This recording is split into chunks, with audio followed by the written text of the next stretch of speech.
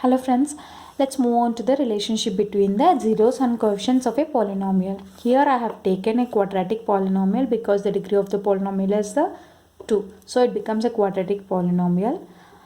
And here let us consider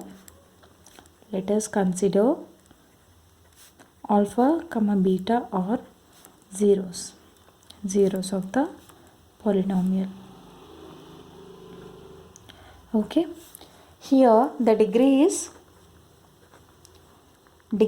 2, and we have learned in our previous videos that the zeros of the number of zeros can be at most equal to the degree of the polynomial. So here zeros will be 2. So that's why I have taken alpha comma beta or the zeros of the given polynomial.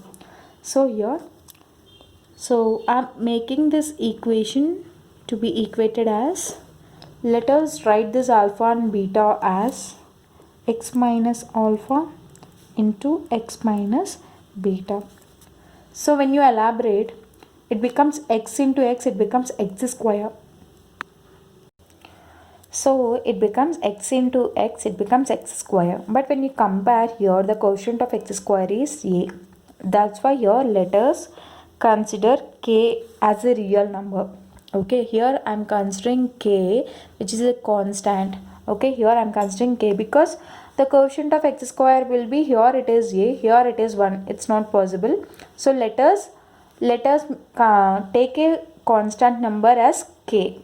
Okay, so let us elaborate this. What do we get? K into x square minus x beta minus alpha x, minus into minus it becomes plus alpha beta. Clear? So here again k into x square minus, here I am taking minus as common. What do we get? Minus x of beta plus alpha beta.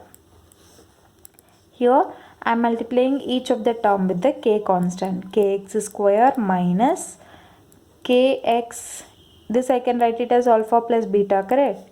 So plus alpha beta, this into k. Okay, here I have multiplied k with each of the term in the brackets. So let us make it equated with the given equation. What do we get? Ax square plus bx plus c. So here what is the values that we get? K equals to a comma b.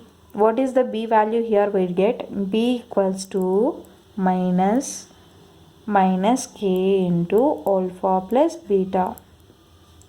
Okay, so minus k into alpha plus beta, b value by comparing, comma c value. What do we get? C equals to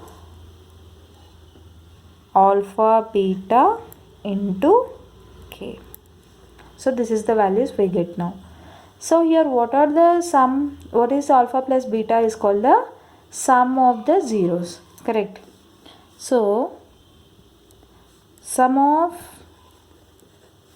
zeros alpha plus beta. What is alpha plus beta? We get here alpha plus beta equals to minus b by k. Okay, alpha plus beta equals to minus b by k, because when we send this minus k value here, it becomes minus b by k. What is the k value here? It is a. So that is equals to minus b by a, which can be written as, so minus b by a we got. So what is b here? B is coefficient of x. So we can write this as minus of coefficient of x divided by, what is a here? A is coefficient of x square. Coefficient of x square. So from this we can conclude that sum of zeros alpha plus beta equals to minus b by a, which can be written as minus coefficient of x square, minus coefficient of x divided by coefficient of x square. Let us see in the same way what is product of zeros. So product of zeros. Product of zeros can be written as, what is the zeros we have considered? Alpha beta. So alpha beta equals to What is alpha beta? Alpha beta equals to C by K. Correct. So here I am sending this K to the left hand side. It becomes C by K. So what is K here? K is A, which can be written as C by A. So what is C here? In the equation, C is called as constant term. So constant term divided by, what is A here? Again A is, so A is what? What is A here? Coefficient of x square. Coefficient of x square. So sum of zeros is nothing but minus b by a, which can be written as minus coefficient of x by coefficient of x square, and product of zeros is c by a, which can be written as constant term divided by coefficient of x square.